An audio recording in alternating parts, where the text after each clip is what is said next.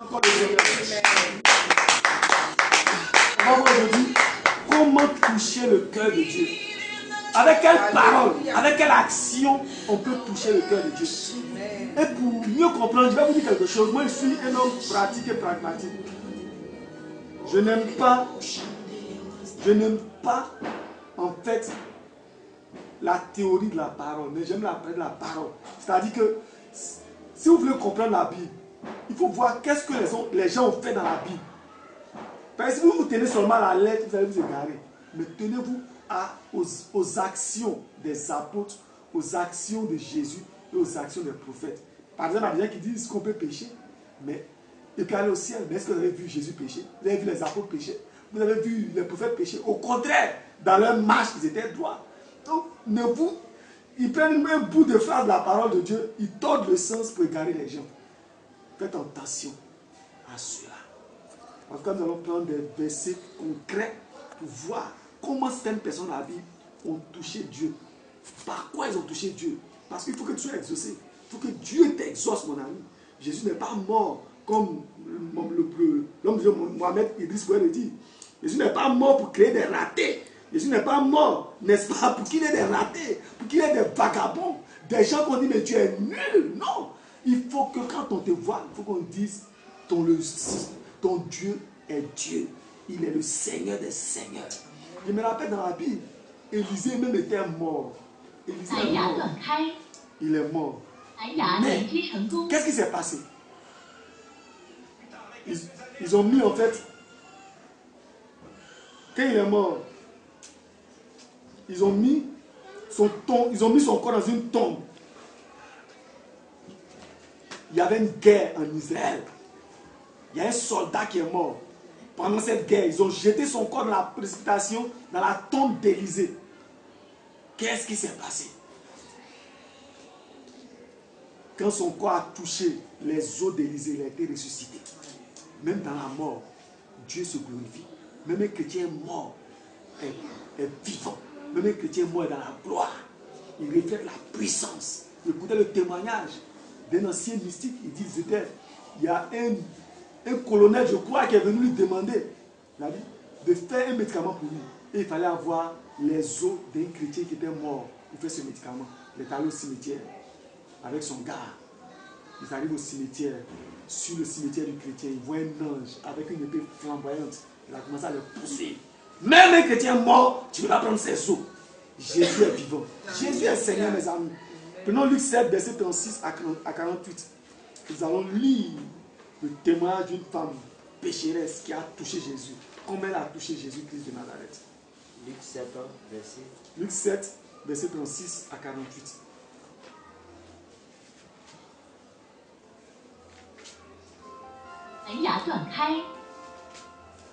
Alléluia. Si quelqu'un trouve le lire. 36 à 48. Un pharisien pria Jésus de manger avec lui. Jésus entra dans la maison du pharisien et se mit à table. Et voici une femme pécheresse qui se trouvait dans la ville, ayant su qu'il était à table dans la maison du pharisien, apporta un vase d'albâtre plein de parfums et se tint derrière aux pieds de Jésus. Elle pleurait et bientôt elle lui mouilla les pieds de ses larmes, puis les essuya avec ses cheveux, les baisa et les oignit de parfum. Le pharisien qui l'avait invité, voyant cela, dit en lui-même: si cet homme était prophète, il saurait qui et de quelle espèce est la femme qui le touche. Il saurait que c'est une pécheresse. Jésus prit la parole et lui dit: Simon, j'ai quelque chose à te dire. Maître, parle, répondit-il. Un créancier avait 2 débiteurs.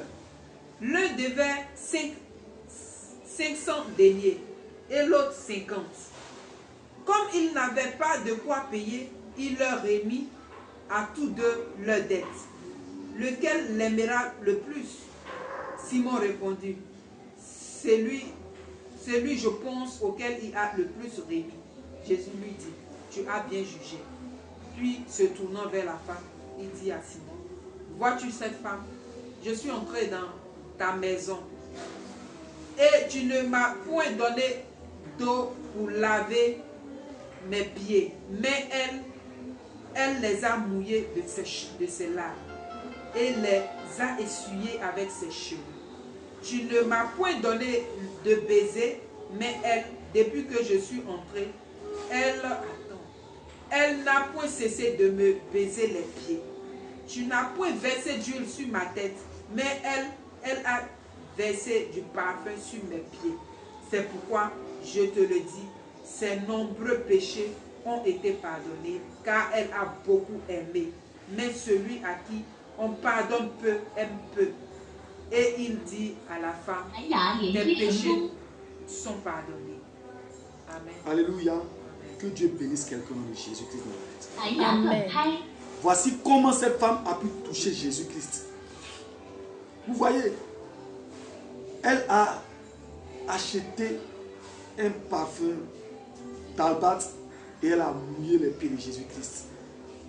Elle a baisé les pieds de Jésus-Christ. Elle a oint les pieds de Jésus-Christ. Elle les a essuyés. Par cet acte-là, Jésus a été profondément touché. Et pourtant, celui-même qui avait accueilli Jésus-Christ n'avait pas tant touché Jésus. Mais elle, ce qu'elle a fait, ça a pu toucher le Seigneur Jésus-Christ. En réalité, c'est ce qui était cher pour elle qu'elle a donné à Jésus-Christ. Donne ce qui est cher à Jésus-Christ. Quand tu donnes ce qui est cher à Jésus-Christ, Dieu ne peut que te bénir. Mais quand tu donnes des choses qui ne te sont pas chères, il te sera difficile d'être béni. Sincèrement.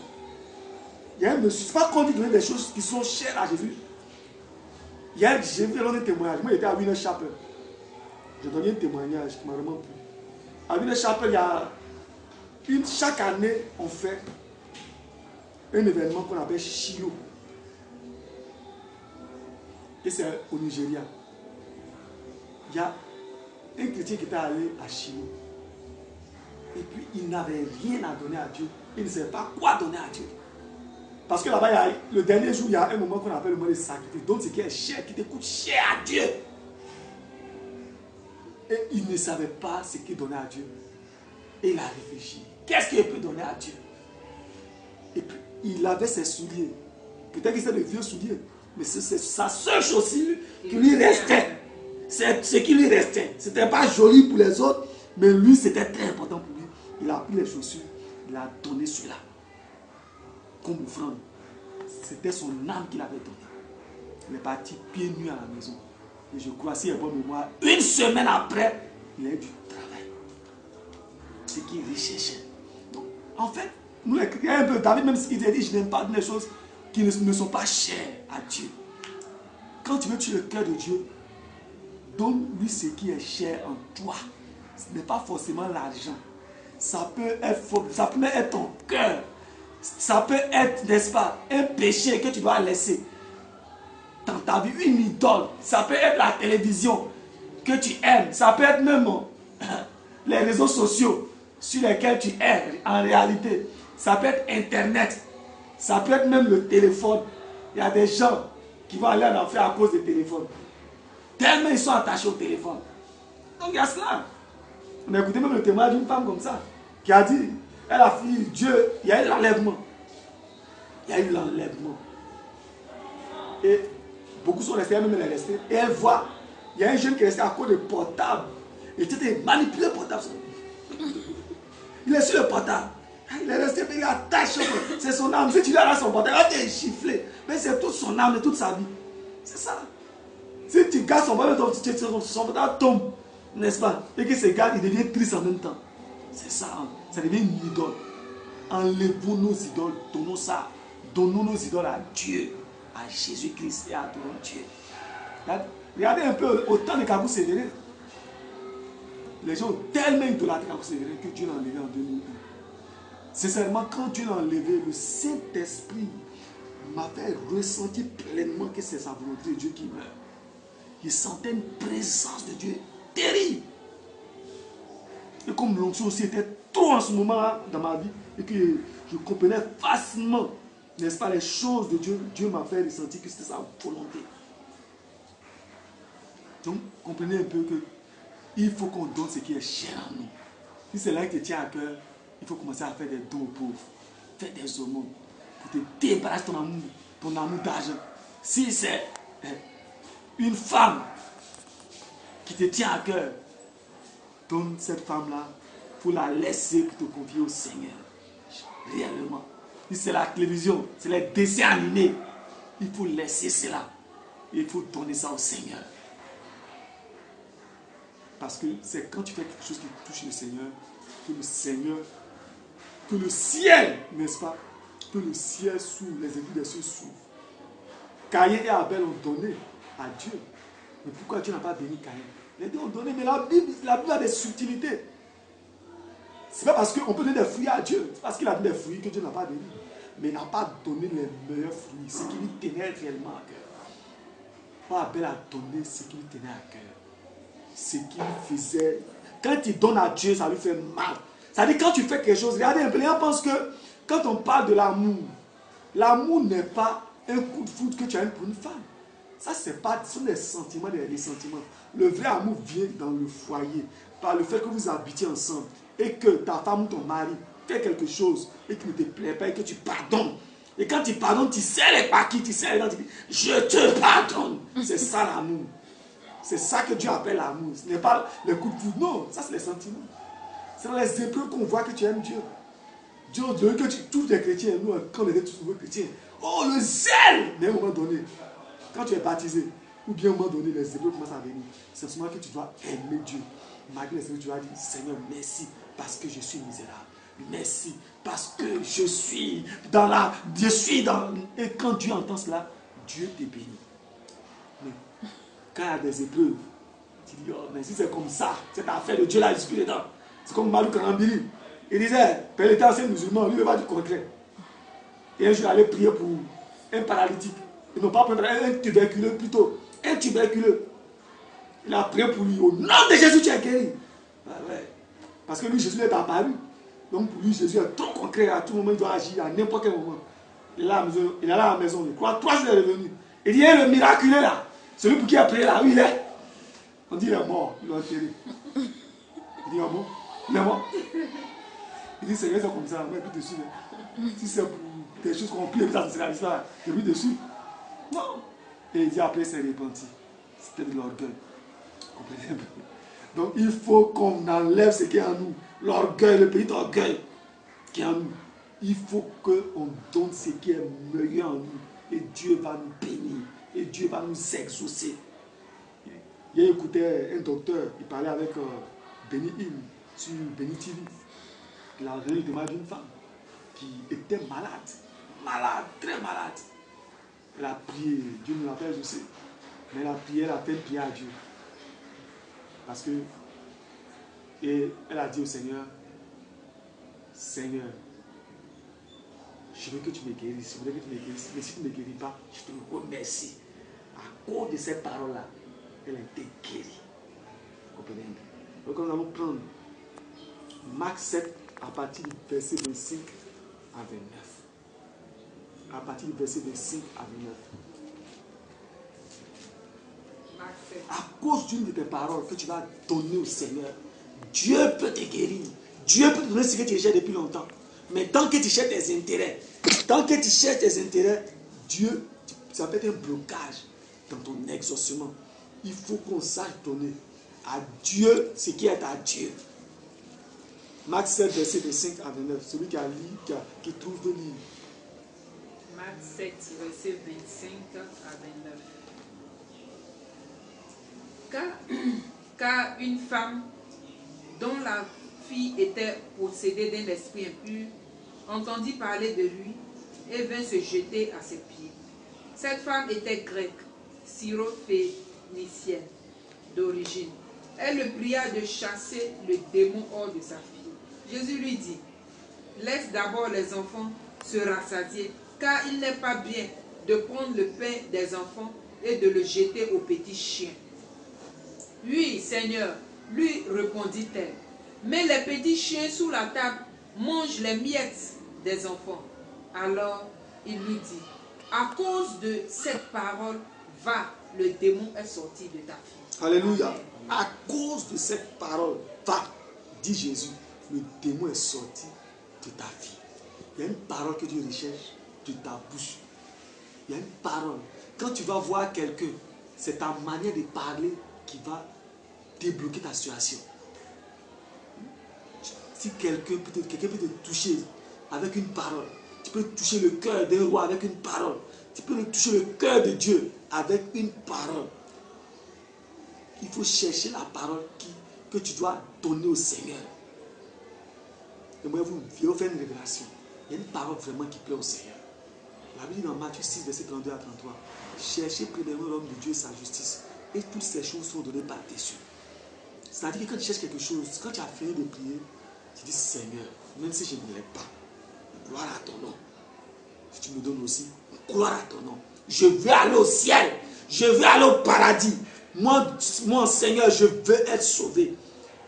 Regardez un peu Salomon. Quand tu as les choses de Dieu, la justice de Dieu, tu cherches les choses spirituelles, Dieu te donne automatiquement les choses physiques, les choses naturelles.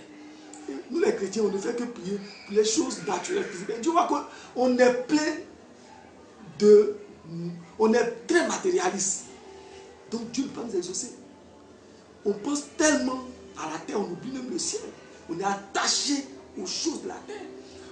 Au point que Dieu ne nous bénit plus.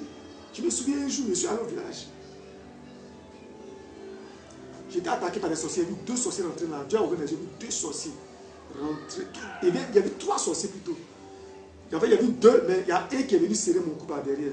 C'est une vision qu'il m'a montré, mais je fais ça comme une réalité. C'est pas comment expliquer ça. C'est réel, physique. Un seul est venu serrer mon cou. Et un autre, je le voyais, un autre marcher comme ça, un peu en haut là-bas. Il marchait dans l'air, donc ça me faisait vraiment peur. Et puis il était en noir. Et je voyais une de mes tantes qui était comme ça, suspendue en l'air à la fenêtre. Ça faisait vraiment peur. Seul au milieu de la nuit. Je voulais avoir peur. Mais on m'a laissé la paix. Elle dit, si je meurs aujourd'hui, je suis au ciel. Quand il a dit ça, ils ont tous fui. C'est ce que. Ça veut dire qu'il faut confier la peur au Seigneur. Il faut confier les choses. Quand tu te livres aux choses spirituelles, le diable n'a plus de pouvoir. Parce qu'il voit que tu tiens à la vie. Tant que tu tiens à la vie, tu as une peur. Tu dis, oh, je vais mourir. Oh, je suis déjà mort. Je suis enterré. Et tu vas être enterré. Et tu dis, oh, moi-même que je meurs, je serai au ciel. Si je meurs, c'est un problème. La vie et la mort ne peuvent pas me séparer de Dieu. Dis pas. Ni la mort, ni celui des morts ne peut nous séparer de l'amour qu'on a pour Dieu. Rien. Mais tant que tu as peur d'un sorcier, tu as peur des démons, ils vont t'effrayer jusqu'à ce que tu meurs. Mais il faut donc ne pas t'effrayer. Si tu as peur, tu dis Seigneur, enlève-moi la peur. Quand ils viennent, comment la converser? Moi, je m'en fous. Je m'en fous. Même si tu as une peur, on t'a dit, je m'en fous. Je m'en fous. Et j'ai écouté un prêtre même sur une radio. Je crois la radio catholique, il avait un témoignage comme ça. Un démon venait effrayer toujours un jeune. Et il avait peur. Il tremblait. Il tremblait. Il tremblait tellement le démon venait, il se plaisait toujours à l'effrayer comme le gars allait mourir. Et le gars a été informé qu'il ne doit pas peur des démons. Quand le démon est venu là, il m'en fout même chez moi. Tu ne fais pas peur. Le démon n'a pas tremblé. Oh, il a compris. Oh, et puis il a compris. Il a compris. Que doit faire. Oh. Et le démon a fait. C'est là le secret. Le secret. Ça veut dire que ce que le démon veut qu'on s'attache à la terre. Certains veulent qu'on s'attache à la terre, nous on doit montrer qu'on est attaché au ciel. C'est ce que Salomon a fait. Le Seigneur t'appelle des songes. Mais quand on dit des songes là, ça veut dire que le songe est réel. Il y a des songes qui sont réels, physiques, comme la femme qui lance les bras qui disait comme ça que dès qu'elle a fermé les yeux, elle se trouvait en enfer. Mais c'était réel, physique.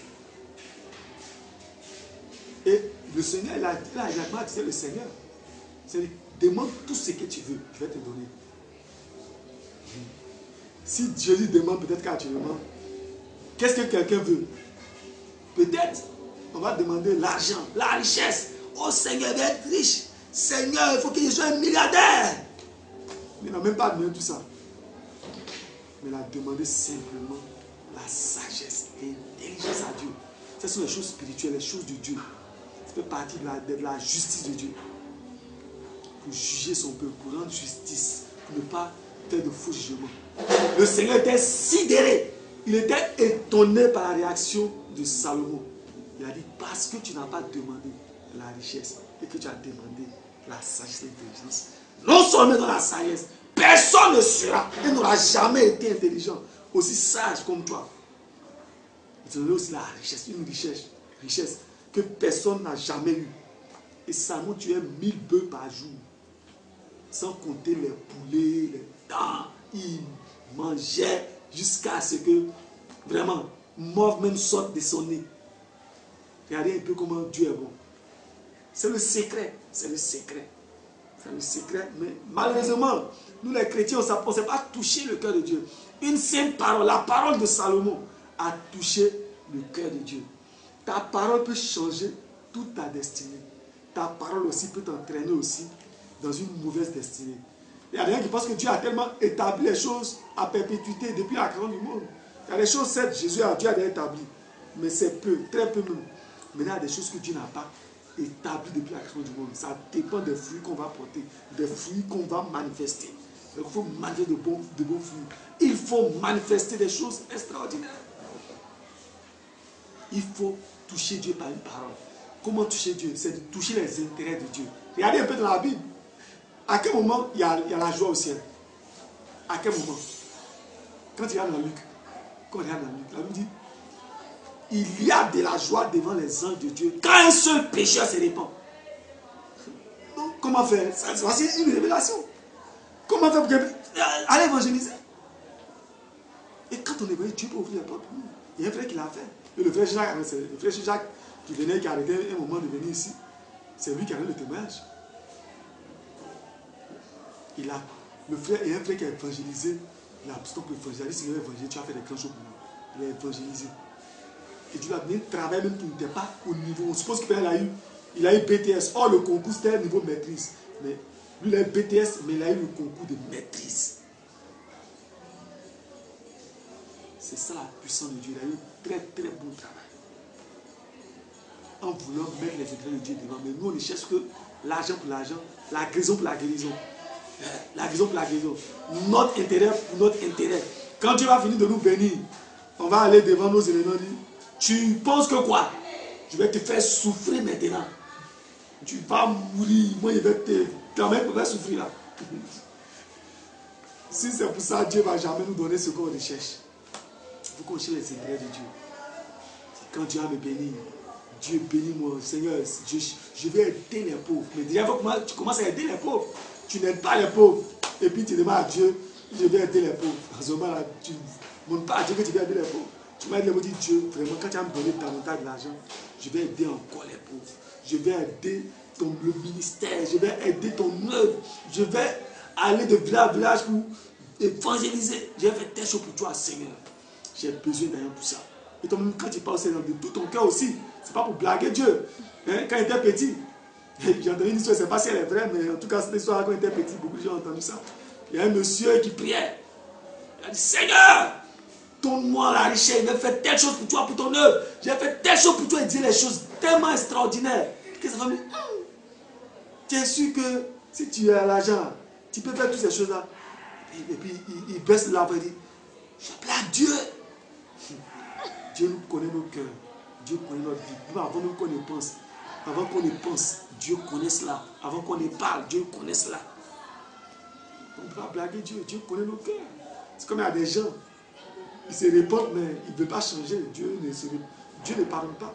Mais tu te répands, tu décides de changer. C'est en ce moment-là que Dieu te pardonne. C'est en ce moment-là que Dieu te restaure. Mais si dans ton cœur, tu te dis, Dieu est trop bon, je vais me repentir, et puis je fais encore la même chose. La même chose. Ça, c'est une prière vaine et inutile. Dieu ne va pas te bénir dans ça. Dieu ne va pas t'exaucer. Dieu ne va pas répondre à ta prière. Voici pourquoi il faut qu'on se ressaisisse. Il faut maintenant qu'on cherche les choses spirituelles d'abord. Il faut qu'on sache toucher les choses spirituelles. Cette femme gréco-phénicienne, elle a pu toucher le cœur de Jésus avec une parole. Avec une parole. Est-ce que tu peux aussi le faire? Il faut chercher la parole. La parole liée à ton cœur qui puisse toucher Jésus-Christ de Nazareth. Qui puisse toucher Dieu pour que le ciel, n'est-ce pas, vienne à tes pieds, pour que ce Seigneur se déplace jusque et qu'il vienne dans ta maison. Il y a des gens qui ont vu le Seigneur. Il y a des gens à qui Jésus a parlé. Il y a des gens à qui Jésus a parlé. C'est une parole. Moi, je me souviens que je vais toucher Jésus avec une parole. J'étais sur le campus de Boaké. Et je marchais en semaine d'étudiant. C'était avant la crise de 2002. Je marchais. J'avais prié pendant longtemps. Dieu semblait ne pas m'écouter. Mais je marchais sur le campus de Boaké. Et puis je vais dire, si Dieu existe, il peut me parler audiblement. De la même manière, il a parlé à Moïse. C'est cette parole d'abord que j'ai dit. Et puis j'ai réalisé à moi-même que, mais si Dieu existe, il est évident que Dieu me parle audiblement, comme il a parlé à Moïse. Et ma foi, quand je l'ai dite, c'est comme cela, mais cette foi m'a été donnée cette fois-ci. J'ai cru que Dieu me parlait audiblement. Mais je vois que cette foi m'a été donnée par Dieu. C'est comme ça notre foi doit être. Dieu a déjà fait. Je voyais comme si Dieu me parlait audiblement. Et en même temps, Dieu m'a montré une vision. Je voyais Dieu me parler audiblement dans la vision. Et ce que j'ai vu audiblement dans la vision, je voyais dans la vision, c'est descendu dans le monde physique. J'ai commencé à entendre la voix de Dieu audiblement dans mes oreilles. Mais ce qui était extraordinaire, non seulement j'entendais la voix audiblement dans mes oreilles, mais j'entendais la voix de Dieu audiblement dans mon cœur. Une voix doublement articulée. Au même moment que j'entendais cette voix audiblement dans mes oreilles, j'entendais cette voix audiblement dans mon cœur. Et toutes mes entrailles réalisaient que c'était Dieu. Donc c'était quelque chose que je n'ai jamais expérimenté. Ce niveau de part. Dieu m'a déjà parlé audiblement dans mon esprit. Dieu m'a déjà parlé audiblement encore. Mais cette manière de me parler audiblement, c'était vraiment, comme les gens le disent, le las. Le dernier des derniers. Et je pense que c'est comme ça qu'il a parlé à Moïse, parce qu'il a demandé de me parler comme il a parlé, comme il parlait à Moïse. Mais parce que quand Dieu dit qu'il parlait à Moïse sans énigme, il parle aux autres prophètes par des songes, par des énigmes. Mais à Moïse, il parlait sans énigme. Sans énigme, ça dit, il ne cachait rien derrière. Ça dit, quand Dieu me parlait, non seulement il réalisait que c'était Dieu qui me parlait, toutes mes entrailles, tout mon être entier réalisait que c'était Dieu. Tout vibrait. Toutes les parties de mes cellules réalisaient que c'était Dieu qui me parlait. Je ne pouvais pas dire que ce n'était pas Dieu, parce que mon être entier imposait cela, m'imposait cela. Donc Dieu est extraordinaire. J'ai connu ce jour avec Dieu. Je lui pose question, il me répond. Il m'a révélé des mystères ce jour-là. Et quand j'ai fini de courir, la présence de Dieu était telle que je voulais même me couler sur la terrasse qui était là. Et quand j'ai fini de causer avec Dieu, je me suis dit, ah bon, et peut-être écrit depuis longtemps. Je me suis écrit, ah bon, donc Dieu existe. Et pourtant Dieu m'avait déjà parlé avant. Mais pourquoi cette fois-ci il me dit? Parce que c'était dans une dimension extraordinaire. Je me demande si ce n'est pas le dernier des derniers des parler de Dieu. Parce que je vous dis que c'était extraordinaire. Et c'est comme ça qu'on doit rechercher la présence de Dieu. Une présence parfaite. Donc je vous dis que c'était parfait. C'était la perfection du parler de Dieu que j'avais vu ce jour-là. Dieu m'a déjà parlé plusieurs fois. Quand j'étais petit, Dieu m'a guéri de mon urine. Je pissais, Dieu m'a parlé au Dieu, il m'a dit les paroles clairement. J'ai entendu la voix de Dieu clairement dans mon esprit. Mais ce jour-là, sur le campus de Boaké, quand Dieu m'a parlé, ça a dépassé cela. Quand j'étais encore petit, tu m'as parlé audiblement. Dans mon esprit, il m'a dit, tu vas faire un débat d'anglais, cela va se réaliser.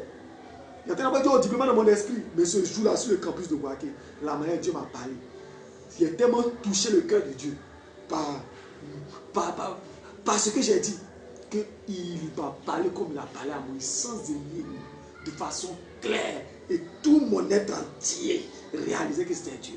Mes entrailles vibraient, mes cellules vibraient, et voyaient que c'était Dieu. Et moi-même qui étais chrétien, je me suis écrié, ah bon, donc Dieu existe. Mon ami, Dieu existe. Ouais, Dieu existe. Et après ça, j'ai entendu la voix de Dieu audiblement encore. Mais ce n'équivaut pas à ce que j'ai vécu. Je vais vous dire quelque chose. Tant qu'on n'a pas encore vécu Dieu de façon pratique et pragmatique, là, on ne peut pas dire que Dieu existe réellement. Tu peux pas dire Dieu existe. Mais le jour que tu vas rencontrer réellement Dieu, tu vas dire comme Job l'a dit. Mes oreilles avaient entendu parler de Dieu. Mais aujourd'hui, mes yeux l'ont vu. Parce qu'il a parlé, puis il a parlé. Parce qu'il y a des prophètes qui se trompent. Il y a des prophètes qui se trompent. Il dit, aucune parole de lui n'est tombée à terre. Tout ce que Dieu disait, c'est réalisé. C'est ça.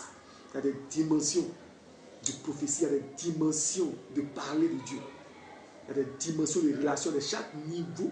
de relation. Chaque homme de Dieu a son niveau de relation avec Dieu, selon son intimité avec Dieu. C'est cela. Il faut qu'on atteigne ce niveau. Et cela, il nous dit, ça vient par la prière. Et c'est appuyé souvent par le jeûne. Donc il faut qu'on cherche Dieu jusqu'à ce qu'on le trouve réellement. Il faut qu'on cherche Dieu jusqu'à ce que Dieu descende dans notre vie. Nous allons prendre un autre verset.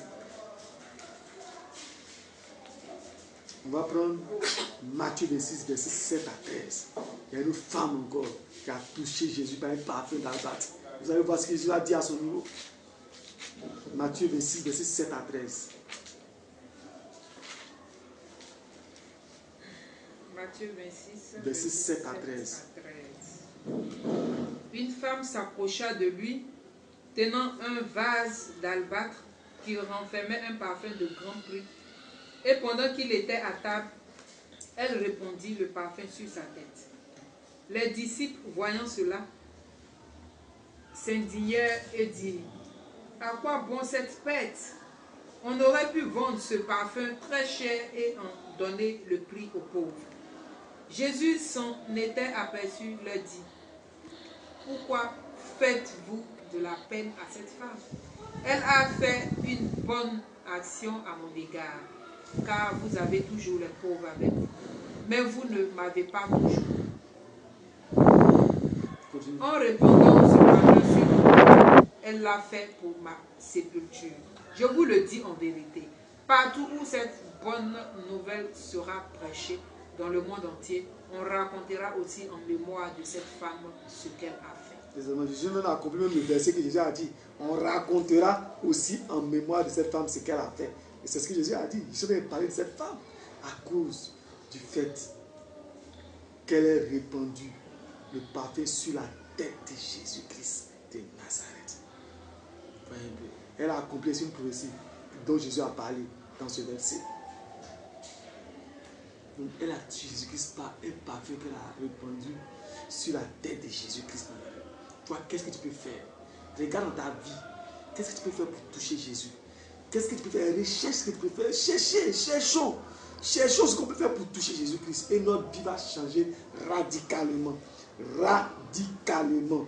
Tant qu'on n'a pas encore trouvé ce qui peut toucher Jésus-Christ, vous allez voir, on va parler, on va danser, mais rien ne pourra toucher Jésus-Christ dans la tête. Il y a une femme qui pourrait me dire, elle a compris ce qu'elle doit faire pour tuer Jésus-Christ quand elle était dans son mal au côté. C'est une femme guérie. Elle dit, quand elle a besoin d'un exaucement, elle loue du matin jusqu'au soir. Le soir, là, elle reçoit ce qu'elle recherche. Donc c'est sûr. Je n'ai pas te dire, il faut dire Jésus. Tu peux dire ça.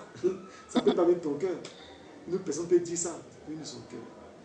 D'abord, il faut que cela émane de ton cœur. Ça, c'est la première chose. Et puis, il faut toucher en plus les intérêts de Jésus-Christ de Nazareth. Son intérêt. Quand tu as touché son intérêt, la Bible dit que la seule fois où Dieu est heureux, c'est quand il y a un pécheur qui se répand. C'est-à-dire même que si Dieu était prêt à déverser la colère, la malédiction sur la terre, quand un pécheur se répand, Dieu change ta vie. Et il y a de la joie au ciel à cause des pécheurs qui se répandent. Dieu change de cœur. Donc il faut savoir toucher le cœur de Jésus. Avec quoi on peut toucher le Seigneur Jésus? Avec quoi? Évangélisons. Prêchons l'évangile. Prêchons l'évangile. Et quand tu as prêché l'évangile, dès que tu sors de l'évangile, tu te sens heureux. Pendant que tu prêches, tu sens la puissance de Dieu t'animer. C'est la force de Dieu, ça t'anime. La Bible dit qu'ils sont beaux, les pieds de ceux qui annoncent l'évangile. Donc comment chaque fois je prêche, chaque samedi je prêche à ma femme. Si ma femme n'est pas au prière, comme souvent elle va au travail le samedi, moi chaque samedi, je vais prêcher. Et on va souvent prêcher ensemble. Et où que je passe, que ce soit en entreprise, dans tous les lieux, on m'appelle soit pasteur ou Jésus. C'est comme ça que chacun doit faire. Tu vas dans ton école, on t'appelle Jésus de Nazareth, ou bien Marie, ou bien une sainte, une femme de Dieu qui a marqué le monde. C'est comme ça. Quand tu aimes Dieu, on peut t'appeler Pierre, Paul, on peut t'appeler Jésus. Paul a dit, soyez mes imitateurs comme je suis le Christ. Et vous allez voir, pourquoi on dit le mot chrétien? Le mot chrétien vient du fait que, ayant vu Jésus dans la vie des personnes, certaines personnes, ils ont appelé chrétiens. C'est la première fois en Antioche. Sinon, un enfant, quand on se convertit, nous sommes les disciples de Jésus. Mais le mot chrétien est apparu à Antioche la première fois.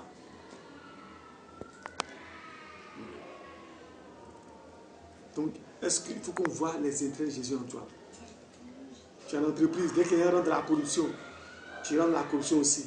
Et tu danses la danse des sorciers, des sorcières. C'est comme ça. Il faut qu'on se ressaisisse. Il faut qu'on change. Il faut qu'on change. Quand il y a la tricherie aux examens, on ne voit plus les chrétiens. Et il n'y a plus de chrétiens. Ça se demande. Ah, c'est quoi? Tu as écrit quoi? Tu ne vois plus les chrétiens. Tout le monde veut tricher. Personne ne compte sur le Seigneur. Que ce soit au CP, entrée en 6e, BPC, BAC, BTS, licence, maîtrise, doctorat, agrégation. Chacun veut réussir. Parce qu'il pense que c'est quand ils vont tricher qu'ils vont réussir. Or, la réussite appartient à Dieu. Il y a des gens qui ont un doctorat et vous disent qu'ils ne travaillent pas actuellement. Moi, je connais. Il y a des gens qui n'ont même pas de diplôme, qui sont extrêmement riches. C'est Dieu qui bénit. Pas de diplôme. Même la maman de Bernard Blessing, un prophète ghanéen, à 56 ans, c'est un écrit. À 66 ans, il a eu un PhD. Un PhD, c'est un doctorat. Mon Dieu prend pour intercéder. Son travail, c'est l'intercession. Donc, ce n'est pas fausse diplôme. C'est Dieu qui donne le travail. C'est Dieu qui donne la richesse. C'est Dieu qui donne toutes choses. On m'a parlé d'un témoignage d'un homme de Dieu qui a fait beaucoup de dons dans sa vie. Et je crois que le premier point bien parce qu'il y a beaucoup de dons, il aimait vraiment donner. Et il est devenu vieux, sans rien. Et un jour, il était au bord de la mer. Et il voit un colis, n'est-ce pas, sur la mer qui s'approche, qui vient, et qui est venu vers lui. Quand il a ouvert le colis, ce colis, on dit la première personne qui va recevoir ce colis-là est propriétaire d'une immense fortune d'un milliardaire.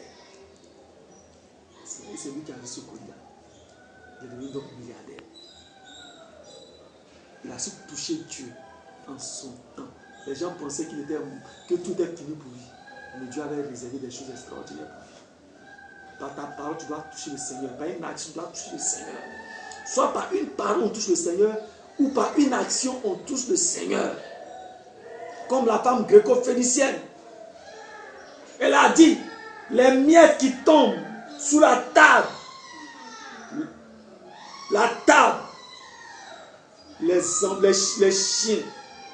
les chiens prennent ça et ils mangent. Si je suis une chienne, Seigneur, moi j'accepte. C'est ce qu'elle veut dire au Seigneur. J'accepte d'être une chienne. Je ne suis pas fâché peut-être me dire je suis un chien. Ou je suis une chienne. J'accepte cela. Je veux cela. C'est toi, Seigneur, qui me dis je suis une chienne. Je l'accepte. Et je prends la bénédiction que tu veux. C'est à cause de cette parole. Toi, ta fille est guérie. Elle est délivrée au nom de Jésus. Nous, quand quelqu'un nous parle un peu mal, on refuse. Quand on se voit un pasteur et que le pasteur ne nous accueille pas et que nous sommes parce que peut-être occupés, on pense que le pasteur est orgueilleux. Quand le pasteur a dit une parole un peu détournée, peut-être même pas fait exprès, on ne fait que jouer le pasteur. Mais les pasteurs sont orgueilleux. Le pasteur, mais c'est un pasteur, il ne va plus jamais le suivre, il ne va plus jamais le vers lui. Dieu peut-être m'a d'éprouver à travers ses paroles. Pour voir est-ce que tu tiens à ta bénédiction. Parce que c'est ça. Vous pensez que quoi? Regardez dans la Bible. Avant seulement de voir Jésus-Christ, il y avait un protocole qui était là. Et Pierre et Jean partaient demander, il y a quelqu'un qui veut te voir. Et c'est maintenant qu'ils partaient voir Jésus. Quand Jésus prêchait, souvent des fous autour de lui.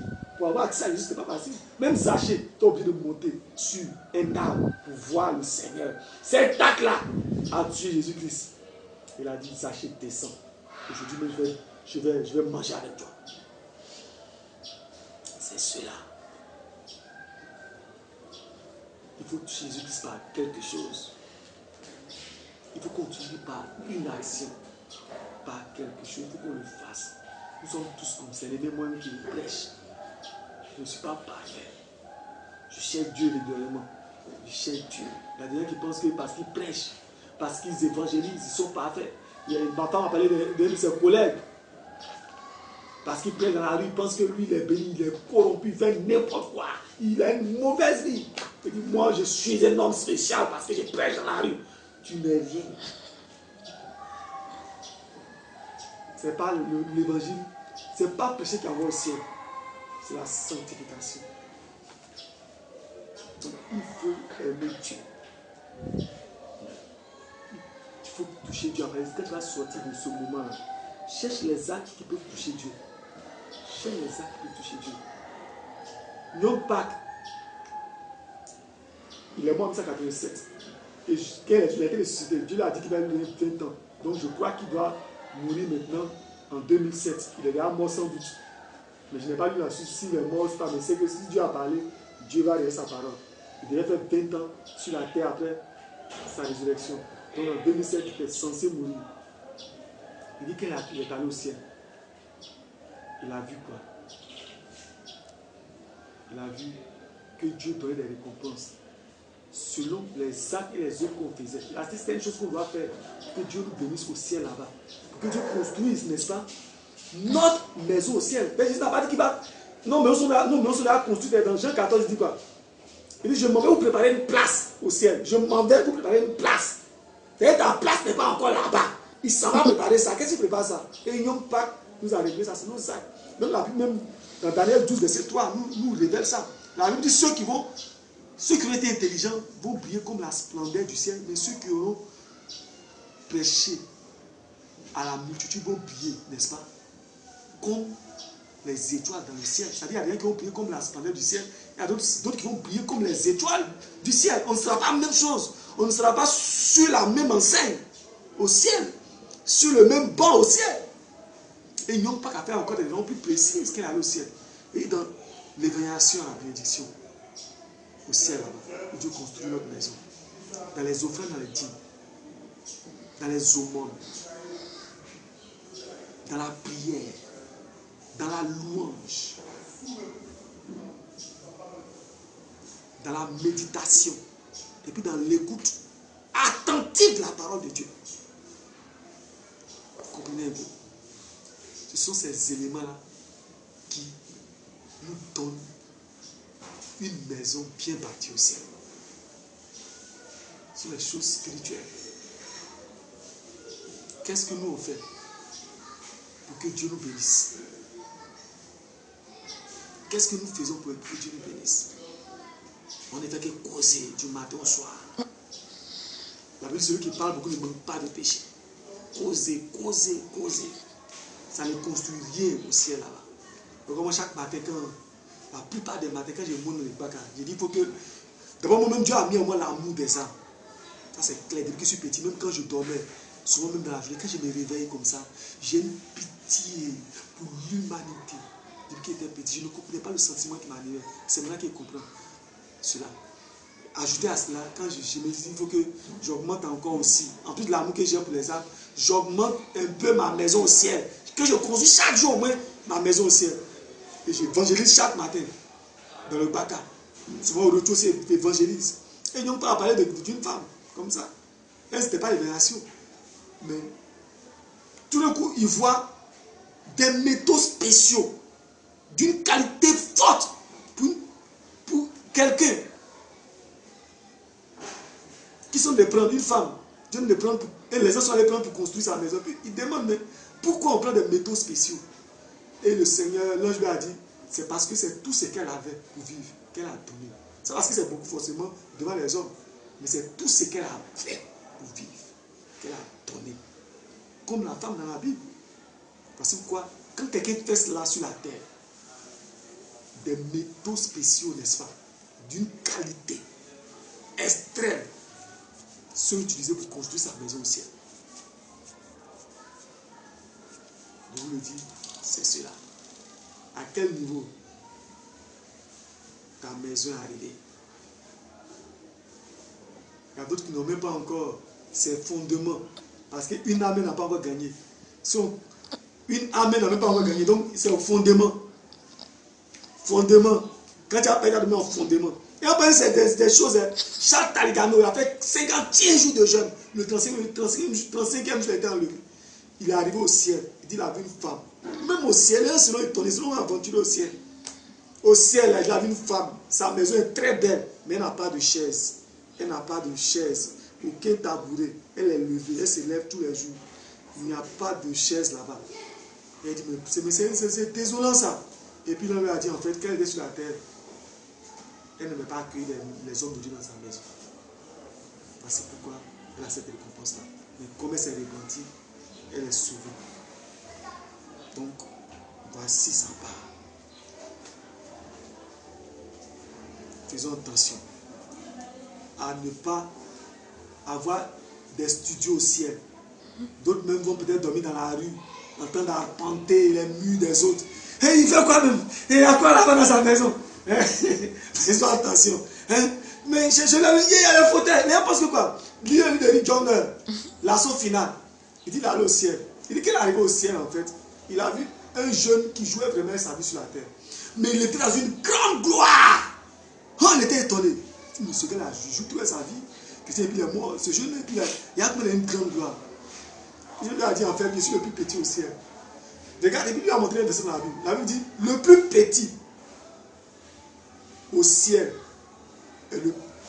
D'abord on dit Jean-Baptiste d'abord est le plus grand parmi les hommes qui sont nés des femmes. Mais le plus petit, mais au-delà de Dieu, c'est lui le plus petit. C'est ça la parole de Dieu. Et il a expliqué ça à Rick John, cette parole-là. Et moi, j'ai cherché à comprendre même, depuis longtemps même cette parole. C'est quand il a lu le livre de Rick John qu'il a compris cette parole-là. Il lui a dit, voici ce que veut dire cette parole. Il dit, le plus petit de l'homme de Dieu, qui est mort avec une vie misérable, pas assez d'onction, qui dans le ciel là-bas, l'onction qu'il a là, même le plus grand homme de Dieu sur la terre, quand il prie, les pieds poussent. Cet homme, le plus petit de ce homme de Dieu, son onction est plus forte que cet homme de Dieu, parce qu'il est au ciel. C'est-à-dire que si cette onction du plus petit, on fait descendre ça sur la terre, il y a des têtes coupées, des hommes vont se reconstituer. C'est cela. Il était le plus petit homme de Dieu. Parce que même la plus petite maison au ciel est en or. Toutes les rues sont en or. Donc même si tu dors dans la rue, tu dormiras sur les rues en or. Donc, mais moi, je ne vais pas dormir dans la rue. Et toi? Qui va avoir une petite maison? Chambre, moi, je ne vais pas avoir 2 chambres salon. Je veux avoir un domaine pas possible au ciel. Je veux diriger avec une verge les nations au ciel. C'est pourquoi je m'évertue à beaucoup évangéliser. Parce que je ne veux pas être un petit au ciel. On va prendre un dernier verset. Marc 5, verset 25 à 29.